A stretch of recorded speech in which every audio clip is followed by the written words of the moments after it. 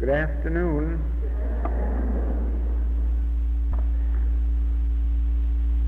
Here we are in the middle of a week and nothing done yet. Seems like we've wasted a lot of time this week.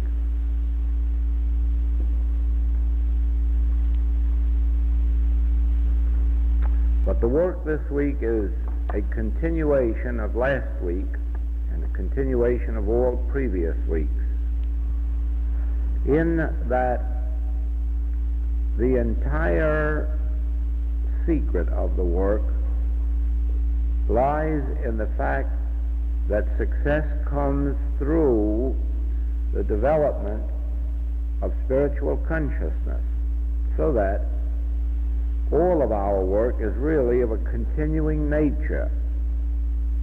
It is not so much adding new knowledge to what we already have. There isn't too much knowledge of truth to be added to what we've already had.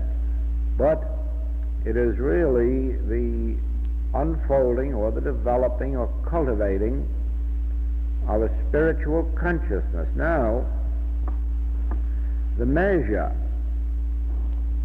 of progress lies in this: in the degree in which the discords and inharmonies, the sins and the diseases of the world become less real to us, in that degree is the power of God becoming more real. Or it might be the other way around, that in the degree that God is becoming more real to us, these discords become less real. However,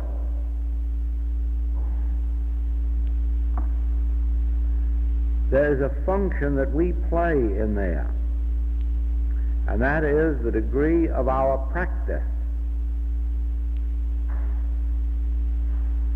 For instance, as we go about our daily living, we are meeting people in all walks of life and on all levels of consciousness. And in these contacts we behold some who are good and some not so good, some healthy, some not so healthy. And ordinarily we just accept each person as they appear to be. Now, the longer we continue that, the longer we remain in our state of humanhood with its good and evil, sickness and health. Only as we consciously, specifically, change our thinking along that line to where we do not look at people and judge them as they seem to be, but rather translate the picture into what we know spiritual man to be, in that degree are we coming into the awareness of the allness of God and of the non-power of that which is. Let's see if we can make it a little bit clearer. There is no power in anything of an evil or erroneous nature. Let us say we are thinking of germs, infection, contagion. Now actually there is no power in a germ, no power for evil. There may be power in it, but if there is, it's a power of good. There is certainly no power of evil in it. Why? Because of the first chapter of Genesis. God made all that was made, and all that God made is good. And anything God didn't make wasn't made. That's the first chapter of Genesis. If then God made a germ, you can rest assured it's good. If God didn't make a germ, you can rest assured there aren't any. So in either case, we have nothing to fear from what the world calls a germ.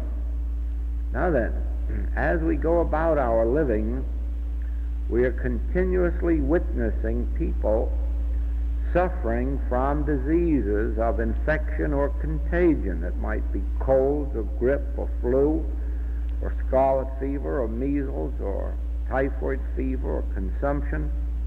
All of these so-called germ diseases.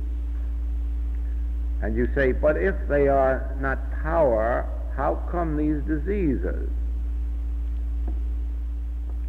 They're not power unless we give them the power through our ignorance of truth. In other words, when the world says that a condition can cause illness and accepts that belief, we automatically come under it. But if we, as truth students, set it aside, then we are no longer under the law, we are under grace. Now let's understand this point, won't you? Here we have the entire, call it mode or method, of attaining the spiritual or perfect life.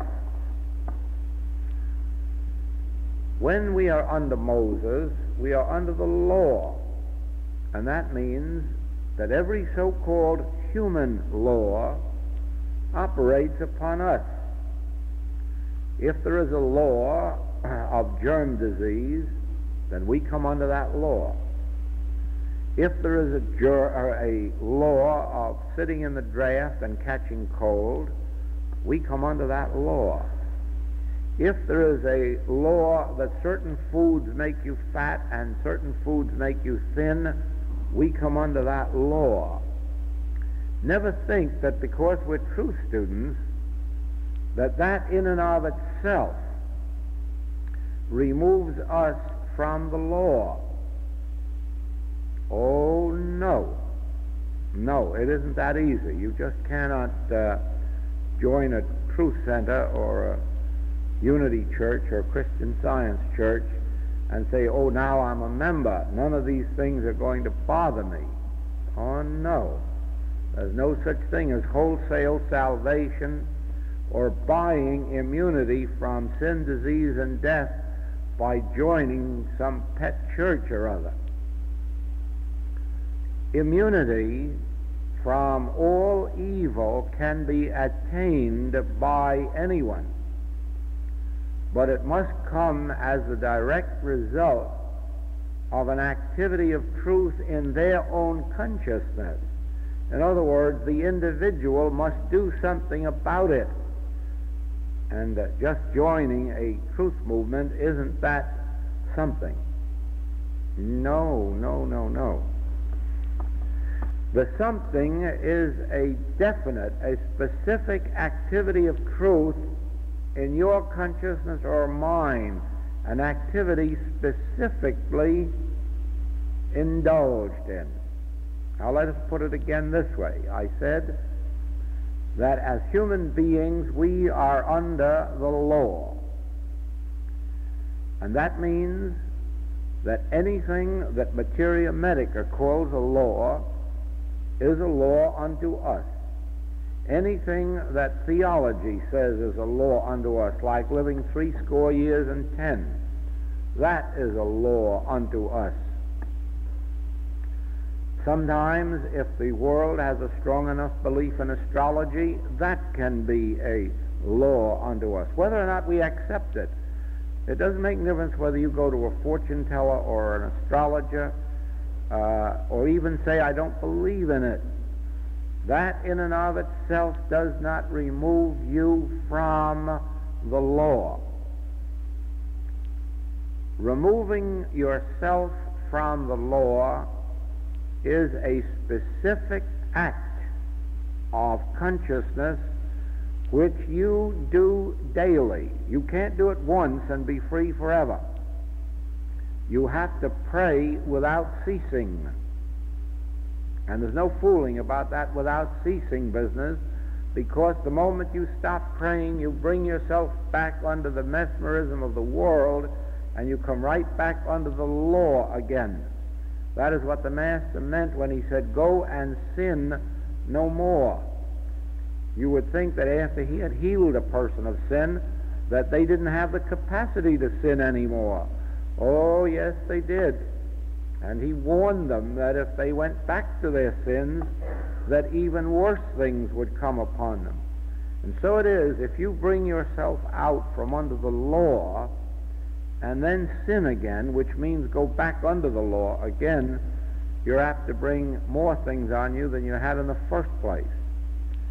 Now, to come out from under the law and to come into grace means this: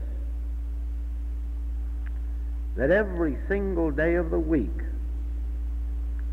you consciously remember your real relationship with God, and that you consciously remember that God's law is a spiritual law, not a material law. God's law is the reign of Christ, not the law of Moses. Now, let's not misunderstand this. This has nothing to do with whether we're Jewish people or Christian people. There are just as many Christian people under the law of Moses. There are more under the law of Moses than there are Jews, because there are more Christians than there are Jews. And every Christian is under the law of Moses, whether or not he knows it or whether or not he believes it. They're under the law of Moses until, through a specific act of your own consciousness, you remove yourself. And you have to remove yourself by realizing, I am not under the law of Moses, but under the divine grace of Christ. I am governed by spirit, not by law. I and my Father are one. And all of the good of the Father is made manifest in my experience. Why? I'm the child of God.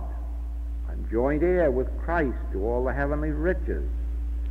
And I live and move and have my being in spirit, in God. Now, these are things that we have to bring to conscious remembrance every day of the week. Every time we leave home, we have to remember, I'm not going out into a world of material laws. I'm not going out into a world of legal laws or even traffic laws.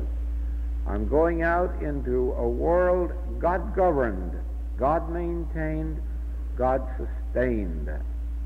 Then, when you step out of your home into the world, you will find yourself divinely protected, divinely sustained, and even spiritually fed and clothed and housed. But the same thing applies when you come back into your home. There's no use of thinking, oh, I'm inside my home now, I'm out of that terrible world. That terrible world is just as much in your home as outside of your home, unless again you realize that the kingdom of God is here where I am. The place whereon I stand is holy ground, whether it's in the kitchen or the living room or the bathroom. The place whereon I stand is holy ground. Right here and now, the kingdom of God is made manifest in my experience. And so it comes again when evening comes. We cannot afford to say, oh, I knew the truth this morning. Oh, no, that same truth is the truth now, but the same mesmeric influence of the world will come back and steal on you through the radio, through the newspapers, through the talk at the dinner table. All of the errors of the world will crowd back upon you unless you consciously and specifically rule it out. You say, that's a little bit too much work. That's a little too difficult. That calls for too constant a realization. I guess it does for a while, until it gets to be such a habit of thought that you do not any longer have to consciously make the effort. It is automatic. There does come a time when you will find that ideas of truth fill your consciousness throughout every one of your waking moments, and very often in your dreams at night. But the first few months, maybe even the first year, is one of continuous effort, continuous reminding yourself that I am not in the world, or if I am, I'm in it but not of it. But I'm not subject to the world's influences. I am not under the law, but under grace. Now, no one can do this for you. You can be told about it. And if whoever is on this platform is elevated high enough in consciousness at the time they're here, they can bring about a great deal of freedom for you from discord, mental, moral, physical, financial. But that is only of a continuing nature as you continue to keep yourself in that elevation of thought, of consciousness. In other words, you can sin again even if you have been set free by the consciousness of the person on the platform, just as Jesus set them free, but they were free to go back to their erroneous ways. So here, you can come here for a week, a month. You can come regularly 2 and 3 times a week, and you can be set free. But you must maintain that freedom yourself. You have to keep yourself lifted in that atmosphere of truth. How? Through the conscious remembrance of the great truth that because of your relationship with God, you are not under the law. Now remember, there's only one reason you're not under the law. There's only one reason you're under divine grace, and that is because of your relationship with God. God is the father, mother, principle of existence, and we are the offspring. We are the divine children of an infinite and an eternal and an immortal principle. And because of that, we are in the world but not of it. We are under divine grace. Now then, if we had not come under this Adam belief of separation from God, we would be in the full enjoyment of divine grace. None of us would ever have to work for a living, or struggle for one, or take thought for what we shall eat or drink, or wherewithal we shall be clothed. These things would all follow in their normal, natural way, and our work would not be for a living.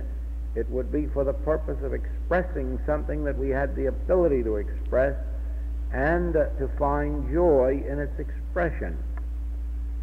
But that is not the case only because we have come under the sense of a separation from God. Now then, to bring yourself back is an act that you yourself must perform. When the prodigal son got low enough in the scale of troubles, discords, inharmonies, he bethought himself of his father's house. He thought of it himself. Came to his own awareness that he'd wandered far from this home of harmony and abundance. And he picked himself up and started back toward home. He did that himself. He did it all, and it was only while he was yet afar off that the Father came out to meet him. In other words, we start the ball rolling. We are the ones who consciously say to ourselves, now wait a minute, how much of sin or disease or lack must I let come into my life before I start back to the Father's house? Just how far down in the scale must I get before I think about the return to my Father's house? Probably this is far enough. And while I still have the capacity to do it, I'm turning around and going back to the Father's house. Well, that, of course, is the start. Then from there on is the journey back to the Father's house. And if you make that journey, and it's a mental one, it's a spiritual one, it's an act of your consciousness, of your conscious thinking, if you take that journey every day in the remembrance, I am not under the law because of my relationship with my Father, with God, I am under grace. I live and move and have my being in God. I dwell in the secret place of the Most High. I don't dwell in a city. I don't dwell in a house. I dwell in the secret place of the Most High. I don't live in Seattle. I live and move and have my being in God. Now, as we continue that line of spiritual activity, even while we are yet a long way off from complete realization, the Father begins to come out to meet us. And from then on, the load gets lighter, and instead of our having to do all of the thinking and all of the remembering, now the Father starts to speak to us. And instead of our thinking about the spiritual things of God, the first thing you know, we're hearing them. We're hearing them in the ear. The still small voice begins to assure us that I will never leave you. I will never forsake you. And when that comes, you may then say, aha, I'm still far off, but the Father has come out to meet me. And now the Father is imparting its assurances to me. And then you'll find that one sweet day you've awakened and the Father has placed upon you the robe and the ring. And you'll know that you're once more restored to the realization of your divine sonship. Strangely enough, never forget that there has never been a break in that relationship. Never. Not any more than there is a break in the relationship when we leave home or leave mother and father. The relationship is the same. We've merely left home and taken ourselves away from it. But the relationship exists, and we can return at any time and usually find the mother and father waiting for us, very eagerly, sometimes with a lamp in the window. So we do in our spiritual journey.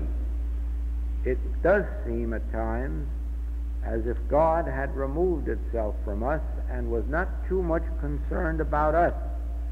But that is no more true spiritually than it is true about our human parents. Even though they keep quiet and don't write us and do not interfere in our lives, you may be assured that in their hearts they're waiting there for our return. So it is spiritually. While the Father does not interfere in our existence, and anybody who wants to get down far enough to eat with the swine has royal permission to do so. Anyone who wishes to go down into sin, disease, death, lack, limitation, will find that they have the right and the privilege, and they can go as far as they like. But that has no significance spiritually. It doesn't mean that the Father doesn't care. It doesn't mean that the Father isn't standing there ready to help. It only means that we haven't attained the realization of David. When David says, "Yea, though I walk through the valley of the shadow of death, I will fear no evil, for thou art there." If we, in our sins and sicknesses, lack and limitation, were to constantly remind ourselves, "I will not fear these conditions, because God is right here with me and going through the experience with me," we would very quickly be lifted out. It is only because we go through our discords and inharmonies and leave God out of the picture that we are not quickly lifted up. It is only in the ability to understand God as consciously present within your own being, within your own consciousness. It is only in the degree of that awareness that we find God helping us at every step. Otherwise, it appears as if God was standing in the background waiting for us to get far enough down on the ladder to turn around and say, "Father, I'm coming back up." How actually there is no such thing as separation from God. Actually, there is no such thing as wandering off and wasting our substance. Actually, there is no such thing as going down to eat with the swine. That is all an experience that we bring on ourselves through permitting the sense of separation from God to creep in. And therefore, the Bible has given us, if you like, formulas by which we not only can return to the Father's house, but once we achieve a measure of it, remain there. And you will find those formulas in such statements as, "Thou wilt keep him in perfect peace, whose mind is stayed on thee." Let anyone keep their mind stayed on God, and I really mean stayed on God, and they will find that harmony will be restored to them, and once it is restored, that harmony will remain as a permanent dispensation. You have another one in, "Lean not unto thine own understanding, acknowledge him in all thy ways, and he will give thee peace." In the same way, let a person make up their mind that from the time they waken in the morning until they sleep at night, they will acknowledge that God gave them their rest at night, and God awakened them in the morning, and God provided meals, and God provided clothing, and God provided housing. We still say thank you to the human person who is responsible for our welfare, but always acknowledging that behind that human person is God, and that it is actually from God that we derive our good. Then the continuous recognition of God's presence as protection, as safety, as security, the constant recognition of God as the only real power. Now, just with those two statements, "Thou wilt keep him in perfect peace, whose mind is stayed on thee," and "acknowledge him in all thy ways, and he will give thee peace," just the remembrance of those two ideas will bring us back to the Father's house, and once we get back, will keep us there. It isn't too difficult, especially when you realize the good that is to be received, because from this activity of truth in our consciousness, we eventually drop more than 90% of the sins, diseases, death, lack, and limitation that mankind usually runs into. And so it's really worthwhile.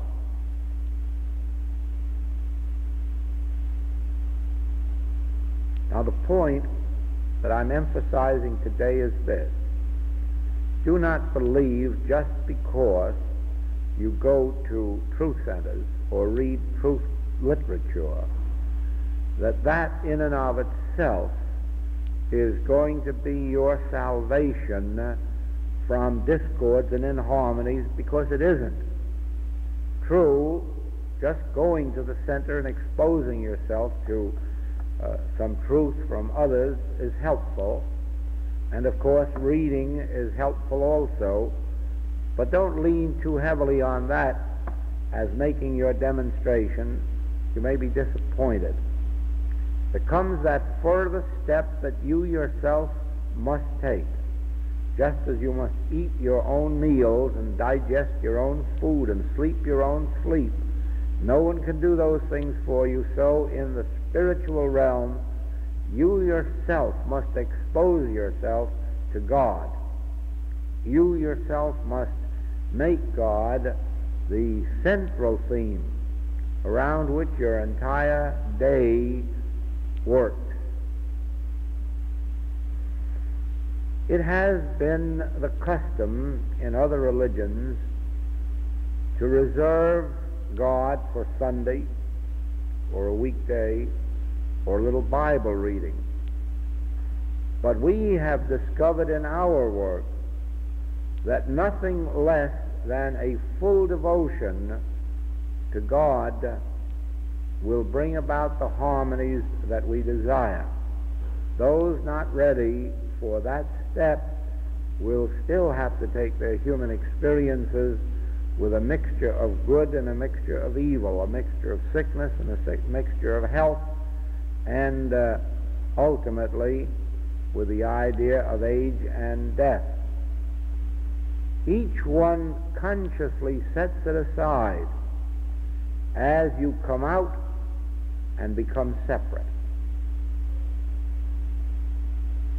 Now watch. As human beings, you are under the law. You are under every law of lack and limitation and depression and political change, under every law of medical belief or astrological belief that there is in the world. And it is for that reason that you may believe that you've been a truth student for many years, but the ills of the world still keep after you. Yes, and they still will keep after you until you make the transition yourself. I am not under the law. I am under grace. Why am I under grace? Because of my relationship with God. God is my father, mother, principle. God is my life. God is the very activity of my being and of my body. It is God that keeps me in peace. It is God that feeds me and maintains me and sustains me. It is God in whom I live and move and have my being. I dwell in the secret place of the Most High. I dwell in the sanctuary of life, truth, and love. All that the Father hath is mine, because the Father is ever with me. I and the Father are one. No time, no place do I go anywhere alone. I and the Father are always together. The place whereon I stand is holy ground, because God is where I am. God is my meat and my bread and my wine and my water. God governs my going out and my coming in.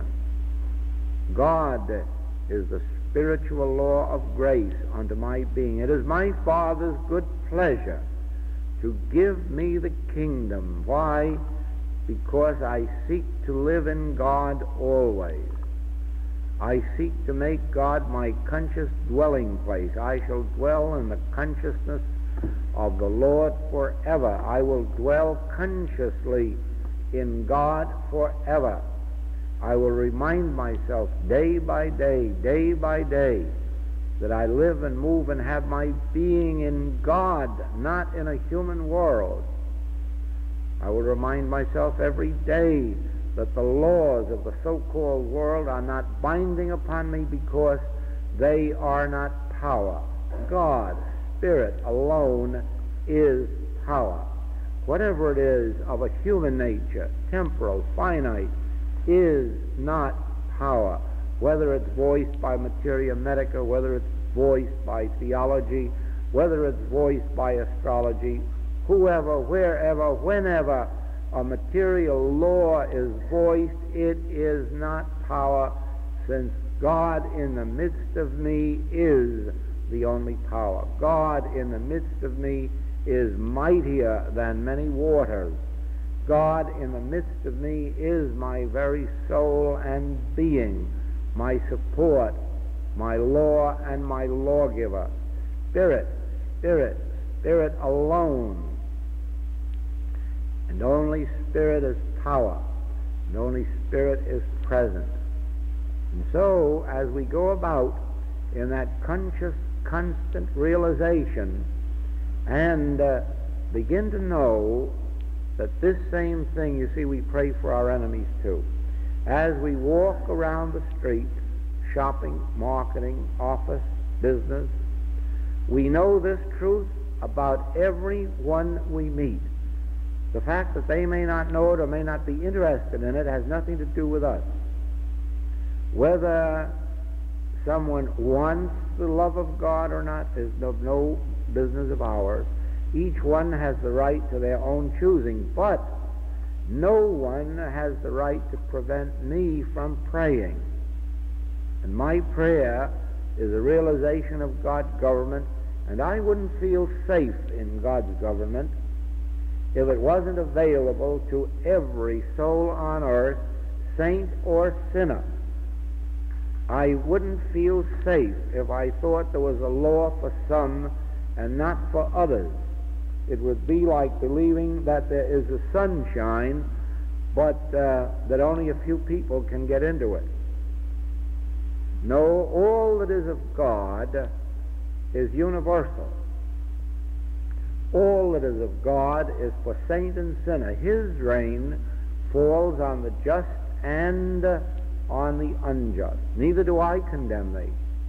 We are never under a law of punishment, past, present, or future, if we accept God. Now, there is a theological law of punishment.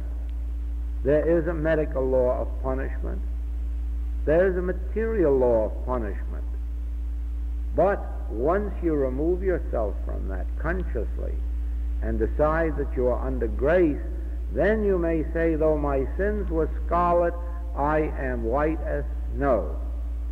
The very moment that you remove yourself from the law of Moses and bring yourself under the law of grace, you are forgiven. And you say, yes, but supposing I sin again tomorrow? Well, the Master says we'll forgive 70 times 7.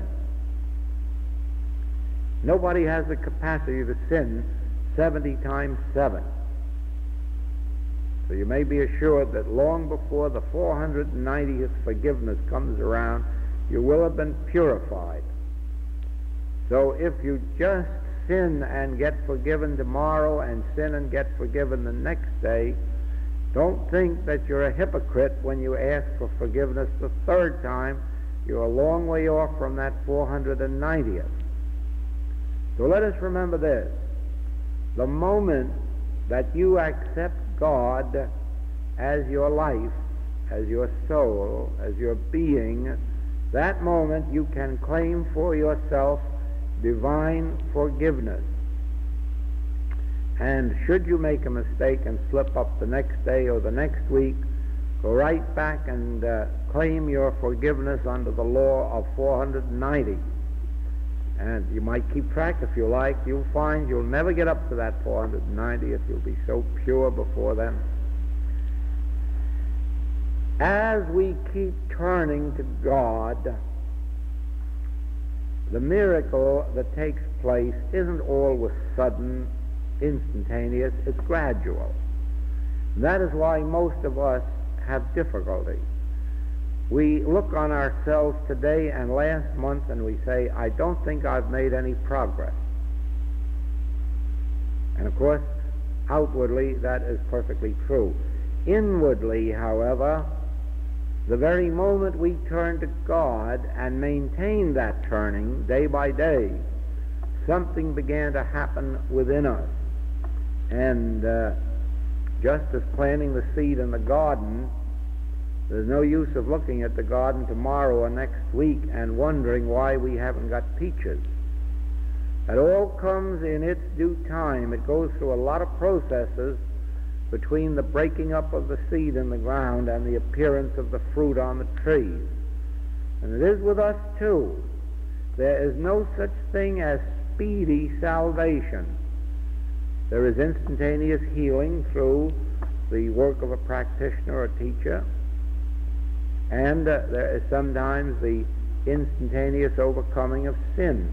But usually you'll find that life transformations only come about slowly through the breaking down of our own material sense and the building up of a spiritual sense.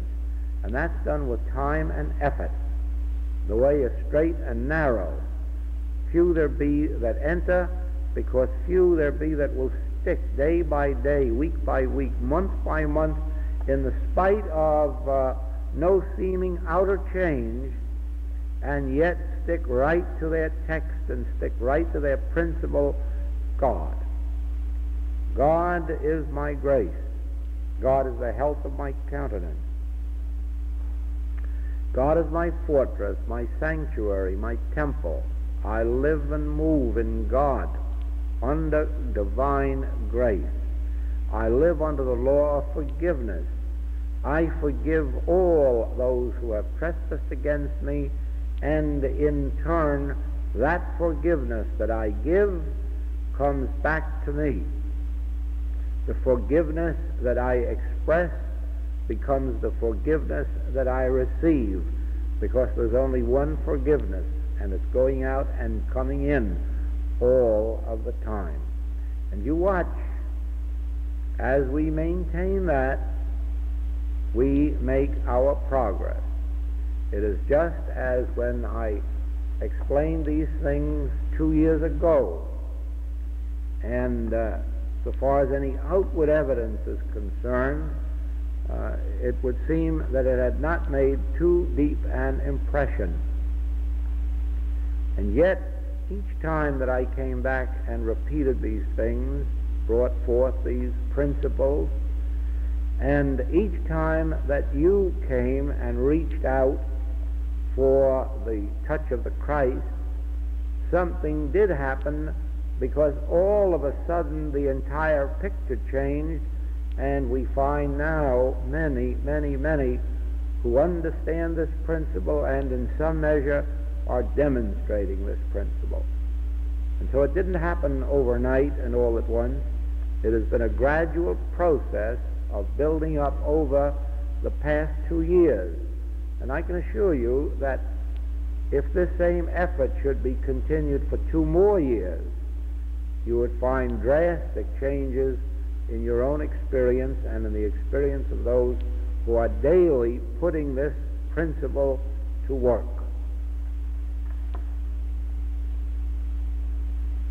Well, suppose for a closing that we have a meditation, and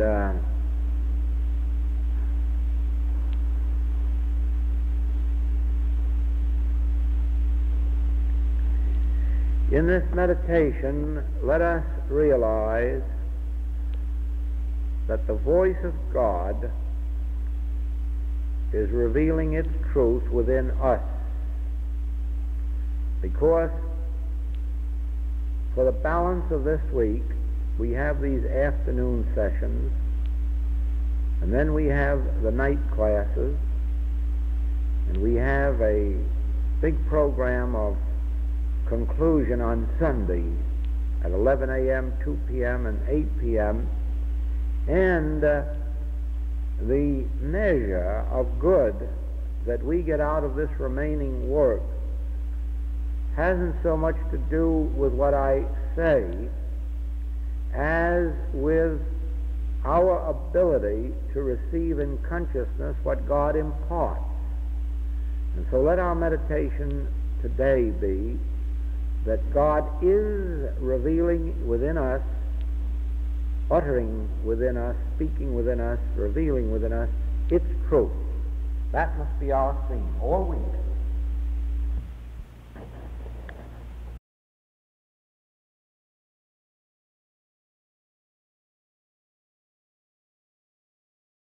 Now, in this fourth dimension, I speak to you in new tongues. I speak to you of spiritual freedom. You have heretofore been concerned with human freedom, with freedom of the press, freedom of speech, freedom of spiritual worship, freedom to worship even paganistically. You have been concerned with economic freedom, the freedom to earn a living, to be financially secure. Economic freedom and religious freedom, two names for slavery, bondage to dollars and to man-made rules. What is freedom? Freedom is being. The man whose being in Christ is free. Freedom is life living itself. Freedom is joy and peace. Freedom is not obedience to man-made laws. Freedom has nothing to do with someone else's consent that we earn a livelihood or that we live in peace. Freedom is the joy of life. Freedom is the song of the soul. Freedom is the dream of the dreamer. I am free and you are free, but not while we are attached to the wheel of human thought, not while we are in obedience to man-made government of the soul. What difference does it make to which flag you give allegiance? Freedom is not a condition of government. Freedom is a condition of the soul. There have been free men under dictators, men who knew that their bodies could be imprisoned, but not they themselves. Men have prospered in hard times. Men have survived panic and war, flood and famine. When the soul of man is free, it carries him through Red Seas and desert experiences to the promised land of spiritual peace. As we seek peace within, we find harmony without. As we turn to the kingdom of our inner self, we find the reign of divine power in the outer world. Let us find the freedom of the soul within, and we will experience the freedom of grace without. What prevents us from enjoying all the good that may be found on earth, from living in the highest realm of harmony, health, and wealth? Is there any power decreeing and enforcing poverty, disease, death? Are there positive laws of lack and limitation, laws outside us, binding us to the wheel of slavery, of hard labor and trials? And if so, from whence do they emanate? Wherever we look, we may see evidences of the fact that the world has ever sought for freedom, peace, joy, and plenty. But this search has been chiefly in the feverish activity of the human mind, in the tiring energy of brain-racked thought. As in human thought is all the anguish of passion, greed, lust, forced ambition, fear, and domination, so in the human mind alone is run the race for lawless possession and gluttonous acquisition, and the result is not freedom, but enslavement to the senses. Therefore, is it not true that the human mind, falsely educated through the centuries, contains within itself all the fears and failures of the human race? But if one suddenly decided to stop worrying, to stop fearing, and to withdraw from this struggle for freedom through mortal thinking, would not some unseen, unknown power reveal itself to human thought and unfold without strife or woe the infinite abundance and presence of that bread which cometh down from heaven, satisfying all mental, physical, and financial needs? With the limitation of mortal thought removed, may we not find in the enlarged vision of fearless, fetterless being the freedom of the race? Where but in the realm of this greater understanding may one find the infinity of his good? Where but in the broad consciousness of his immortal being can the individual find his thirst slaked with the water of the river of life, the water sipped in fearless rest that will forever end the thirst for water that does not satisfy?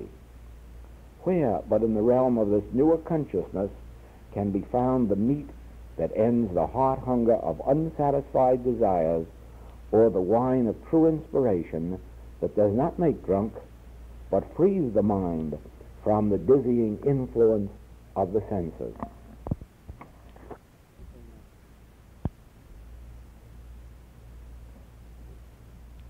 Freedom is a quality of thought and condition experienced only when attachment to the manifest realm is broken.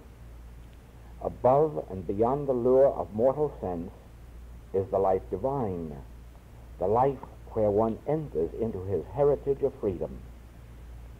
What does this freedom mean? To live in the world and yet to be free from the bondage of its attractions. To enjoy friendships and yet not to be dependent upon them. To welcome money for the things it will buy, but not to be avaricious. These things lead to true freedom. To work, not merely to earn a living, but to find even in the most humble work a means of making someone more comfortable. To seek to raise the standard of our work even 1 degree, or to find a better way of doing the work at hand. This brings freedom from drudgery, and eventually freedom from lack and limitation. To love our families and not to be disturbed by their failings or too proud of their achievements, this too is freedom. To stand in back of the world and watch its comings and goings, its successes and its failures, its loves and its hates, and not to be overcome or involved, this is freedom.